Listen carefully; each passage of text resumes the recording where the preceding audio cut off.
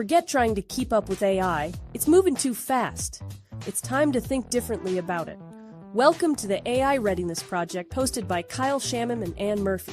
They're here to help you build the mindset to thrive in an AI-driven world and prepare for what's next. Ann Murphy, look at this. Today's the day, Kyle. This is the day. This is what it's all been building up to. It's all been building up to this very day. Exactly. Today, we've got a special guest, and we're going to be talking about not the AI Readiness Project, which is this podcast, but we're going to be talking about the AI Readiness Training Program. Which is why this podcast exists, everybody. So this really is a big day. It's a big, big day. So let me give a little bit of background on how we got here, and then we will bring up our guest of honor, and we can start talking about this and the 10 steps of AI readiness and all sorts of good stuff. So back at the beginning of the year, at the beginning of 2025, Ann and I put on a thing called AI Festivus, AI for the rest of us. And it was an international event. We had thousands of people from all over the world. It was really quite remarkable. And we had 34 speakers over 24 hours. And I think we put it together in 2 weeks, something like that. What was remarkable was the people that spoke to a person didn't talk about AI technology. They were talking about their mindset and how they were thinking about AI and how they were applying AI. And there was something just remarkable about it. And one of the requests that kept emerging in the conversations was, could we turn this into a training? And so we set out to do that and came up with this idea of AI readiness and AI readiness training. And so our guest of honor today is Vikki Baptiste, who we know and love, who's the community manager for the AI Salon, but also a remarkable person. And Vikki designed the curriculum for the AI Readiness Training Program. So Vikki, welcome. Hi, welcome, Vikki. I'm so happy to be here. I know, it's so exciting to have you here. So what I'd like to do, why don't, just in case people are seeing this that don't know us, I'll do a quick intro. You do it too as well, Ann. And then Vikki, if you could just tell us a bit about, your background and who you are, and then we'll get talking about what we've created here. So I'm Kyle Shannon. I'm the co-founder and the president of the AI Salon. I'm also a CEO of a company called Storyvine, and I'm kind of into this AI stuff. Kind of. I'm Ann Murphy. I'm the founder of She Leads AI and the CEO and founder of Empowered Fundraiser Consulting. And I'm super happy to be here. Alrighty, and I am Vikki Baptiste. Primarily I am the enterprise product manager at a large insurance company. But in my spare time, I'm the community director for the AI Salon. I have my own web design and marketing agency called 3Bs Digital, and a number of projects. I will not go into how many, but let's say I'm just like this deep into AI. Well, what you were saying before we started, haven't you just hit a milestone with custom GPTs? I have. I just crossed the 300 line, and some of them are like for my clients, so they're not all out there. The hard part just comes like going back into updating them every time ChatGPT does something new. You have to go in and check my boxes and whatever. So the upkeep is a little. I would have more if I didn't have to do all that upkeep. Put it that way.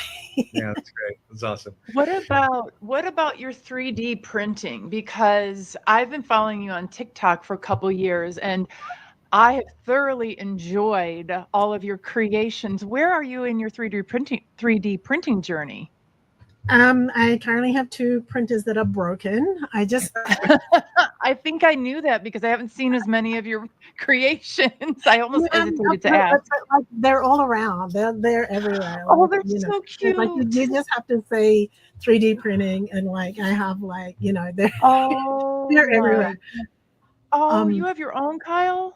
Yeah, well, I have a lot of things that Vikki made for me. She sent me little ADD fidget spinners and things like that. Ooh.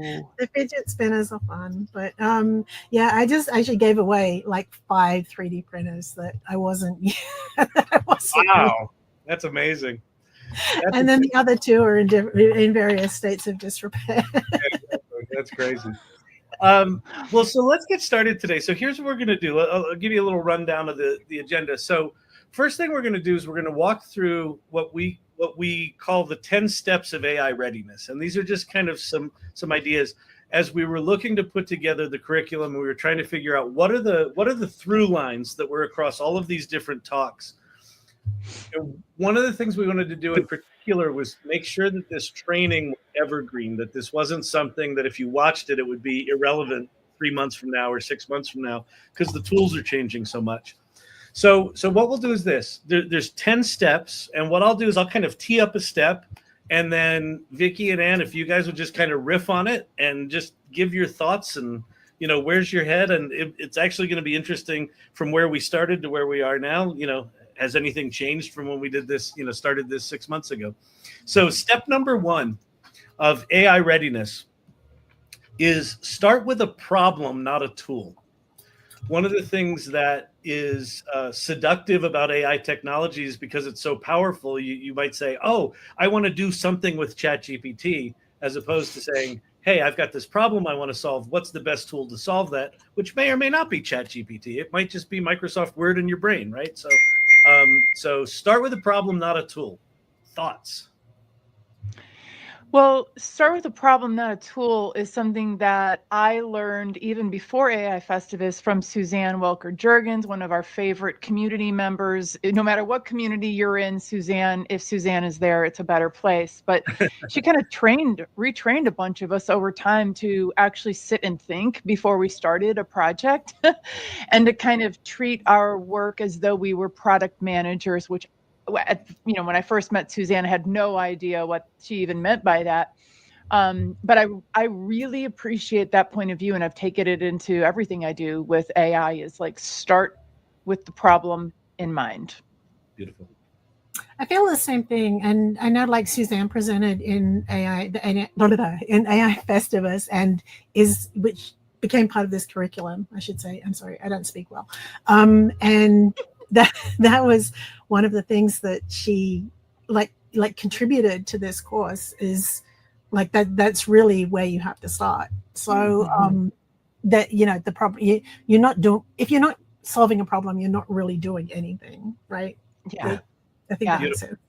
Beautiful. And sometimes it's in conflict with our idea of just play, but you can be doing both things at the same time. And even if you start out with, I'm going to play, like maybe have a little bit of a direction going into it. I just think that this has been some of the best advice I've been given about working with AI. Yeah, love it. Okay, number 2, and I love this one. I'm fond of saying there are no experts, right? Because things are changing so fast that anyone that tells you they know what's going on is just lying. And that is this. Number 2 is embrace a beginner's mindset. So Vikki, why don't you lead us off on this one? What are your thoughts on having that mindset where we know nothing? Nothing. Yeah, I think that's so important. And that kind of really feeds into the play thing, right? So you can learn so much just by playing. And if you go into it with that attitude of like, I don't know, like, where do I start? Like, what do I do? And you can ask all those questions to whatever LLM you're using, and it will guide you through what you need to do, what you need to do to complete the thing that you're trying to complete. And if you like go into it with I know nothing, then you learn more because you're not taking any of your own bias into that. So I think that's a really important step. Yeah. I think that having a beginner's mindset is also a really vulnerable place for a lot of people to come from, and that it's important, and I'm glad that we normalize that throughout this program. Is like, we're all beginners, like Kyle says, there are no experts, but along with being a beginner is this admission that you don't know what you're doing. And for a lot of people, that is the hardest part to get through. Is like, we're old dogs and we're trying new tricks. What's it like to do that? There's almost like a self-imposed pressure that, and I hear this a lot from people, I should be better at, right? I should be better at prompting. I should be better at AI. and really just giving yourself the grace to say, I don't know what I'm doing. And it's not always a comfortable place to be, but I think it's really important because that's how you learn. And that's also a place that you can ask questions from and ask for help from others, right? So it's kind of like when you're like if you have a business and you're going in to help someone else, you have to have a discovery session, right? You can't go into a business knowing everything about that business. And so that's where that's a beginner's mindset too. And so I think that comes through in like whatever you do. You need to start to build your foundation by asking questions. Beautiful. Okay, step number 3 on the path to AI readiness is just start using it and brain dump. So basically, one of the things that blows me away about ChatGPT is its ability to organize my thoughts because they can be all over the place. And so the idea is basically, I guess it's a twist on the Nike tagline, just do it, right? Just jump in and throw your ideas in there. So what are your thoughts on that one? Well, this kind of makes me think about what you've been talking about recently with the feed your prompt thing of how important, and then, now we're all excited about context engineering. It's like, how can you give AI the information that you need in order for it to do a good job as a partner with you, right? It's not expecting people to be able to figure things out without giving them background. So that's this piece about, start using it and do a brain dump, give it context so that it can go to town on the project that you're working on together. Yep, good. Any further thoughts on that, Vikki? I do. I have. So this one idea can like go through all of these steps.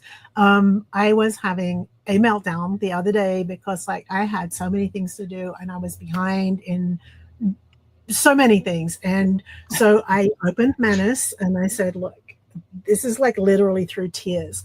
I read through my whole to-do list, which is sorted out into personal, business, salon, whatever. And I said, I'm frozen. I don't know my next step. I don't know where to start. And I just need help getting this done. And so I now have a working document with Manus that it tells me exactly what to do. And like I print it out every day. And I keep that window open in Manus and I update it, said, I finished this, but I also need to add this, and this. And it just sorts out the whole thing for me. And it's like, so no more tears. And I have my days. That's genius. That's really good. So that kind of like covers a bunch of things that are in all of these 10 steps, right? Yeah, exactly. Like it is remarkably good at taking just all sorts of disparate ideas and it essentially in an instant organizing it. It really is quite remarkable. Which is most important and which I can like leave at the bottom of the list and getting shit done. Yeah, exactly. Okay, number 4. Focus on practical, quick wins, right? And so this is, for those of us with ADHD, I think this one's a critical one that, you want to see victory. The good news about AI is that it can deliver quick wins, but I'm curious what either of you think on the, get that dopamine hit. Well, this goes back to one of our favorite presenters, Josh Houston. And as you Kyle, when Josh was on the show, he reminded us that what we all are as working human beings is we're people who get paid to make files. At the end of the day, if fight me in the comments, tell me I'm wrong. At the end of the day, all we are people who are paid to make files. And his company is Quick AI Wins. So he's like boiled this down to a science of like, if your goal in life is to make a file, let's get you to that point, right? And he focuses on like, let's remove some of the highfalutin, like long-term wins and get people those dopamine hits, right? That time to value, shortening it as fast as you can so that you have the motivation to keep on going. We can all do big, huge, lofty projects for sure. And sometimes that make the quick wins feel less significant, but they're not. Yep. And I think that also, like going back to Josh's presentation at AI Festivus, is like I remember that he started with like identify what your problems are. Okay, so we're going back like a couple of points ago. Yeah. Identify your problems, and like if you chunk them down and like knock them out like 10 pins, like one at a time, you can see forward momentum. Yeah, I think that's where I'm going. And as long as you can see forward momentum, like you can keep going. So like those quick wins, I think again, ADHD brain, like quick wins are so important. Yep, that's great. I'm going to do number 5. I don't think we need to comment on number 5 because I think it's really straightforward. But it's basically this: use free AI tools to get started. One of the things I hear over and over again is, which subscription do I do? Do I have to pay for anything?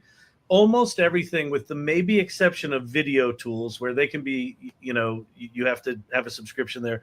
But for almost everything, there are free tools, and they're just out there. Free ChatGPT is good, free Claude's good, free Perplexity is good. There are really good tools out there to just get started. So don't feel like you need to do it. So that was number 5. So here's number 6, and this is one, I want to dig in, but we got to keep it nice and tight here. So be concise on this. Leverage AI to enhance your zone of genius. This one I'm particularly passionate about, and I think this one is one of the most critical things about being successful with AI. But enhance your zone of genius using AI. What are your thoughts, Vikki? I want to say it's really hard for me to stick to a zone of genius because I'm like it's the T model, right? I want to try like everything at the top, but there are ways that I go deep, and like ChatGPT and Midjourney are my going deep. I try all the other tools, but that zone of genius thing I think is custom GPTs. Yeah. When I think about zone of genius in this context, it reminds me of how important it is to think of AI as a way to amplify ourselves, like you talk about, Kyle, right? This is about amplifying myself, the goodness in me, the good things that I do. And then I think about when I'm operating outside of my zone of genius, when I'm using AI, that's when I need to remember that I need to tread carefully, because I might not know inherently that there's bias in here, or these facts are wrong, or whatever. If we're talking about physics, all of a sudden I'm outside of my zone of genius, and that's when I need to be a little bit cautious when I'm using AI. Yep. And for me, it's about having a personal point of view, right? Understand, here's what I'm trying to accomplish, here's what I want to do in the world, and then as AI feeds it back to you, saying, is that good? Is it what I want? Things like that. Like be in your, in that point of view for yourself, where you understand what's good and what's not. Vikki, I'll lead with you on this one again. Number 7 on steps to AI readiness is be aware of data privacy and security. You work for a big organization. I work with a lot of big pharma companies. Talk to me about the excitement of AI tools versus being responsible and professional when it comes to things like data and security and privacy. Yeah, I think that this one is so important. It is something that a lot of people not necessarily intentionally ignore, but like you get really excited about something and you just start putting it on. Here's my bank statement. Like, can you tell me where I can save money? And like, people just don't think of that, what they're actually giving to whatever LLM or whatever tool that they're using. And data privacy is, we work with people who we need to protect their identity. So I'm always really cautious, especially at work. Like I can be tripped up by like just copying a chunk of text out of a corporate website and putting it in and say, asking my question, and it says, "Oops, sorry, we can't do that." So I started using like the square brackets, with like name of company in there and stuff like that, and then you can just like translate that back to whatever you're doing, and then fill in your stuff after you've got your answer and you're out of the AI tool. Yeah. This reminds me of Tracy, the safety lady Hawkins, right? She says, don't believe anything you see, hear, or read, period. Yeah, exactly. Assume, it's going to be, assume it's going to be wrong, and, verify that it's right. And also, don't put in state secrets into things where you don't deeply understand the security and privacy policy of the tool that you're using, right? we work with a lot of pharma clients, and so we are contractually obligated not to do things like share personal data. And so again, it can be very easy to be seduced into just, oh, let me just drop in that information and get the quick answer back. But just be very, very aware of that. I find also, sorry, just on that same topic, like it's very good at teaching you things about security that you don't know. Like I didn't realize until recently, like, for instance, like the uppercase L looks the same as, uppercase I looks the same as an L if you're using like a sans serif font. So when you think you're sending something to PayPal, it could be like PayPal.com. And like, you don't think about that kind of stuff until you actually put that text into like a different font and you can see what's going on. Interesting. And I learned that through ChatGPT. There you go. Amazing. Okay, this is a fun one. So, Anne, I'll have you jump in on this one. And that is build your AI intuition. Tell us what you think that means for you. Well, I think it kind of harkens back to why this is AI readiness, not AI literacy. Right. Like AI literacy is something you can check a box on. You get to a point where there's like a minimum viable understanding of something and you're literate, right? And then you just go. I'm literate on Midjourney. I'm literate on ChatGPT. Right? Literate, exactly. Same thing with like readiness and intuition. And the thing that I like about intuition is when I developed it, it was such a huge level up. And it's, for me, my version of AI intuition is being able to open up a platform that I've never seen before and like understand the user interface pretty well.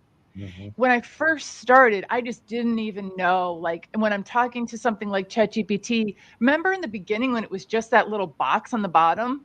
I remember with no information around it, just this box. And I remember thinking, there's no way the entirety of the public, Beyonce's internet is inside this box.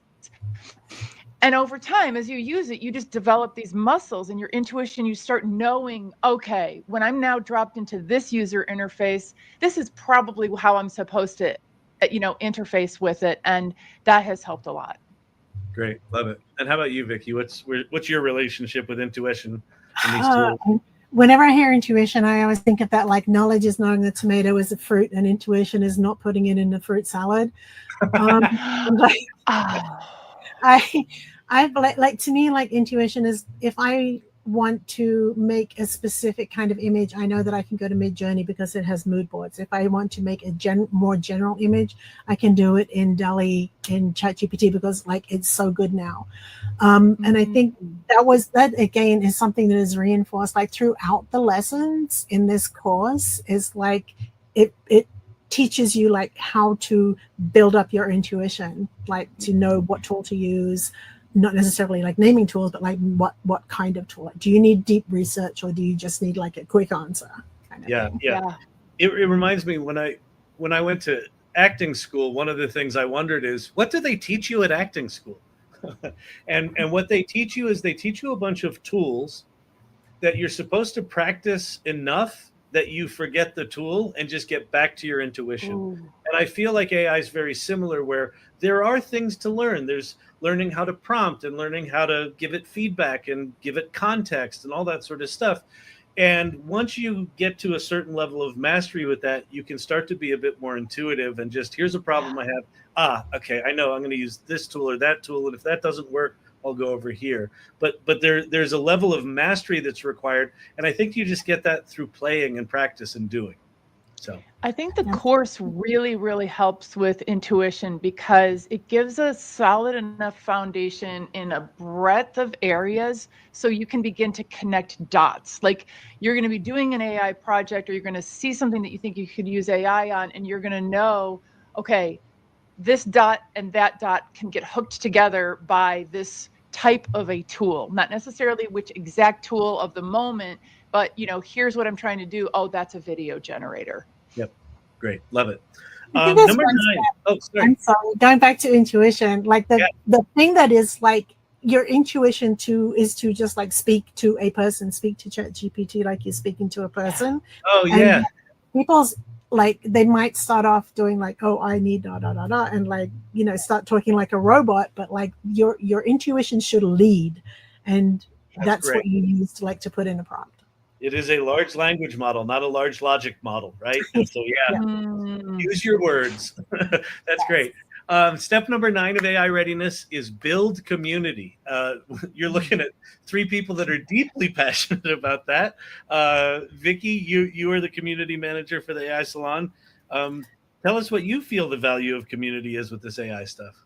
I love our community, and it's like building community is hard because people have opinions, and like I have not seen another community like our community where people are so forgiving. They're so helpful. Everybody just wants to jump in. You know, if someone has a project, everyone can jump in on the project and help. And like, it's not cliquey at all. And I think that's really important for a community, because if it gets to be like cliquey, you start to get divides. And divides are really hard to handle. So I just love that everyone is so cohesive. And I think a lot of that is because everyone is learning from everyone else. So if you keep all your ideas to yourself, you're not benefiting yourself, and you're not benefiting anyone else in the community. So the sharing part of community, I think, is what helps us all stick together. Beautiful. Yeah. Love Same. And I mean, there aren't enough hours in a day or in a lifetime for us to learn all the things ourselves. So we need to look to what other people have tried, failed, gotten up, dusted themselves off, retried, and kind of take those learnings on as if they are our own. It's the fastest way to get better, you know? Yeah, I agree. It's the quantity, the amount of change, and the sheer quantity of tools is impossible to keep up with. There's a thing on top of it, which is when you're in a community of people that are curious about AI, you get very, very different points of views. So when Jim Ross, who manages self-storage units, when he gives his take on how he uses AI, it's really obvious to him, but it's often revelatory to me because I'm not from that point of view. So even things that I know how to do, when I see someone else use it, I learn new things from that. So there's just the sheer quantity, but there's also the different lenses that people work with AI through that it is revelatory. Sometimes you're like, oh, I need to go try that for this project, right? Yep. That's very exciting to me. Great. Okay. Last one, and then Vikki, I want you to walk us through the sections of the AI readiness training program. But the last step in AI readiness comes to us largely from Adnan Iftikhar, I think is how you say his last name, and Brian Moynihan.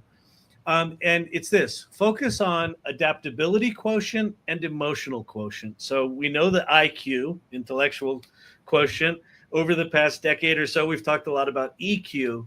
And the concept that they brought up is balancing IQ, EQ, and this new thing of adaptability quotient.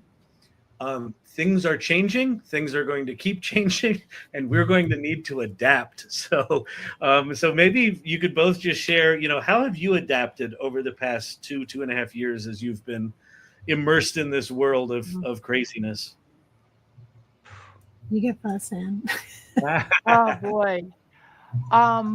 Okay, I do think that I've developed a higher tolerance for the sheer volume of like mini decisions that I make in a day, because I have information and insights and knowledge that comes, through me so fast, and so like all before like 9 o'clock in the morning, I've made 1,000 decisions. And in the beginning, that was really, really taxing. I wasn't used to thinking that way or like getting through a day that way. But now I do think my brain actually got stronger and got better at like utilizing the insights, utilizing the knowledge, and then making a decision and moving on to the next thing, and not having it be as exhausting as it was in the beginning. Beautiful. It's the main thing. Adaptability for you, Vikki. Where have you exercised that muscle? I think like Anne's comment like rings true with me, and I always say, like, I use the line from Alice in Wonderland, I think it was the White Queen, that said something like, I've already completed 6 impossible tasks before breakfast. I feel like I have to reread that one to see where it really came from, but I think that's it. I think that for me, adaptability is that everything changes so quickly.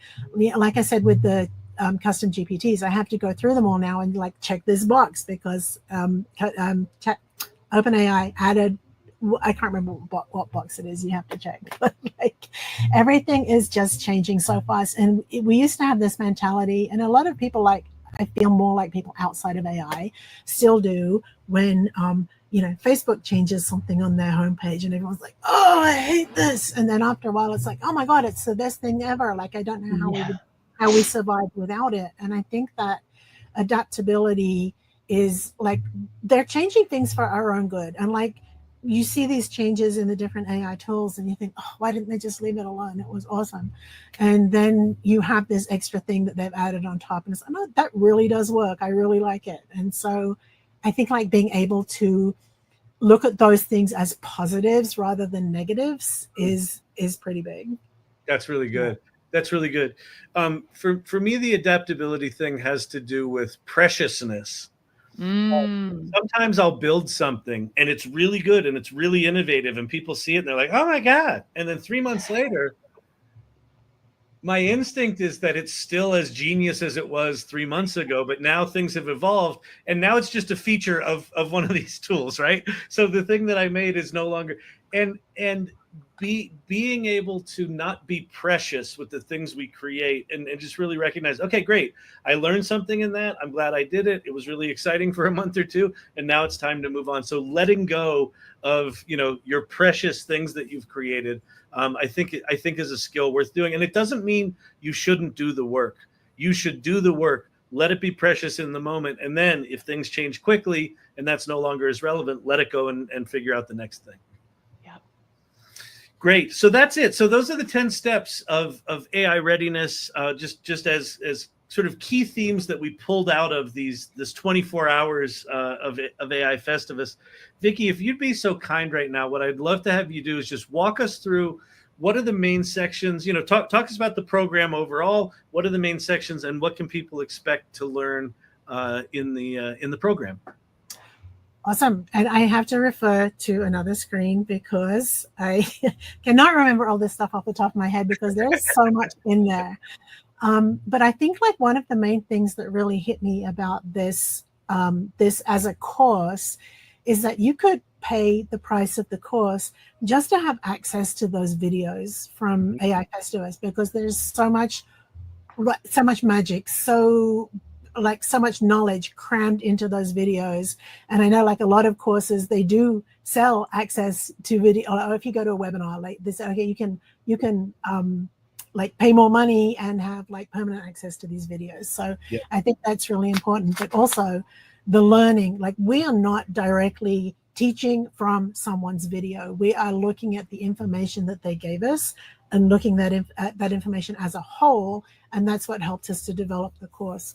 Yep. So we walked through like 5 different areas in this course. So you could essentially say you can complete it in 5 days, or everything's just split into 5.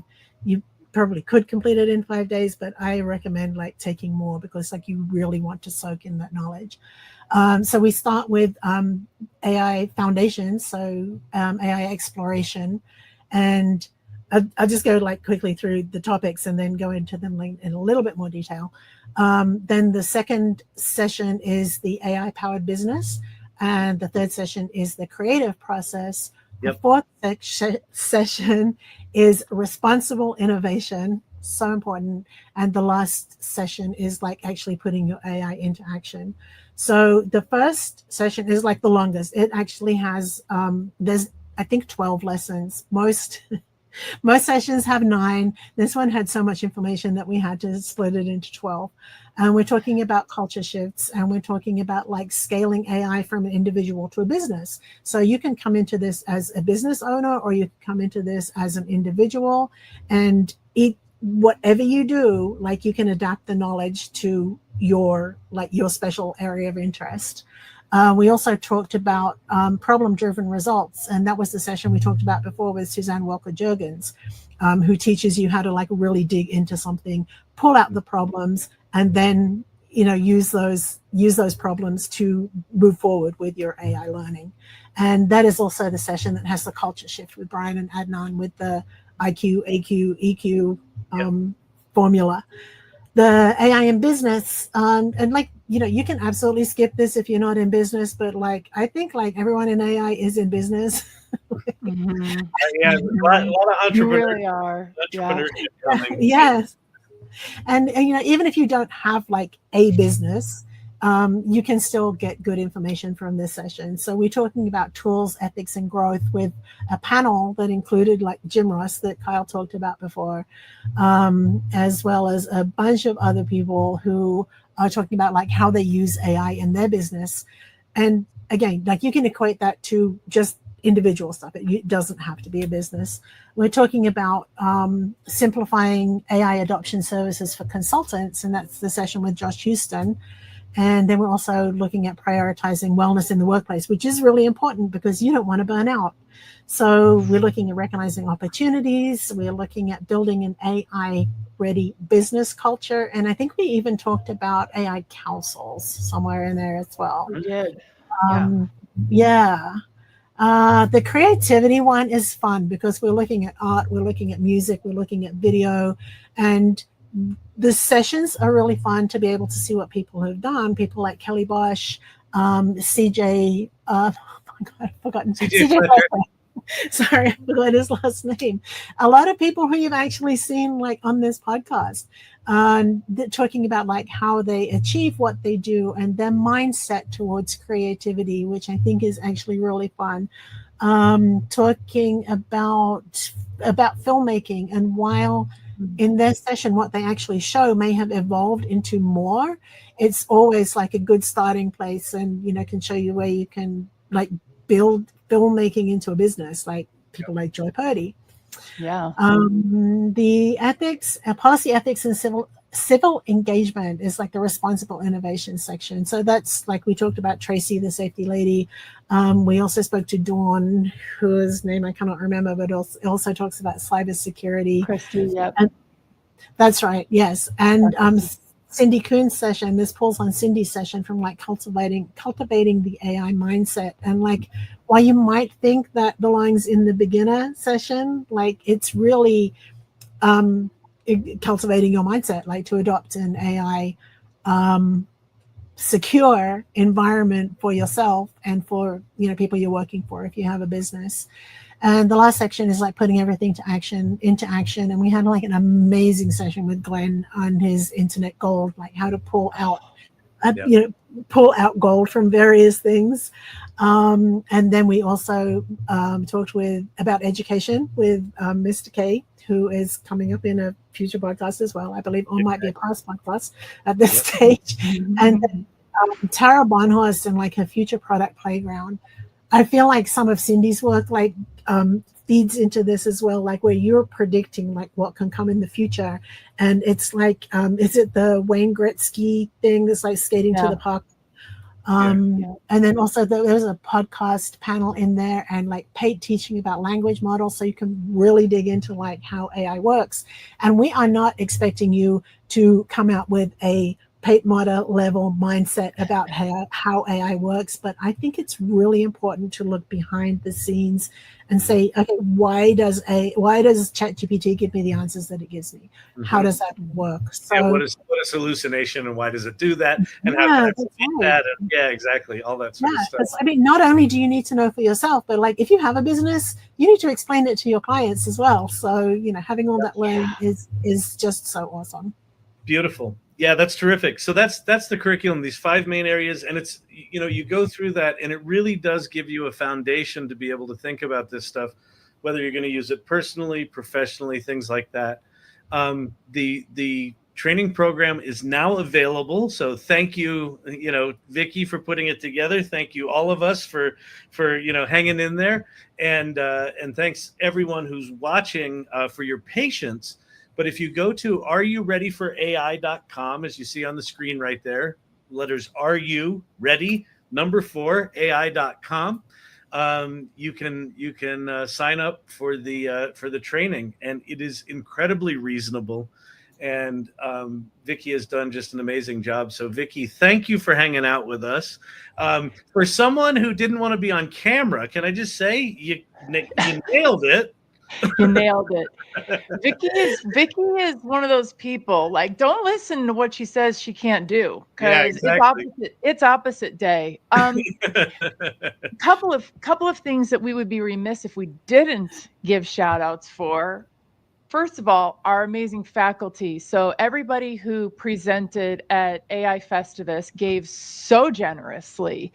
And that's one of the things that kind of goes back to that thing about community. It's like we have this extended community who are so generous with one another. And so the information that you get in the AI readiness program is the real tea. It's like what real people are doing every day. Literally normal everyday people, just like me, just like you, just like the three of us, and people who aren't even as obsessed with AI as we are. So huge shout out to all of our faculty who presented.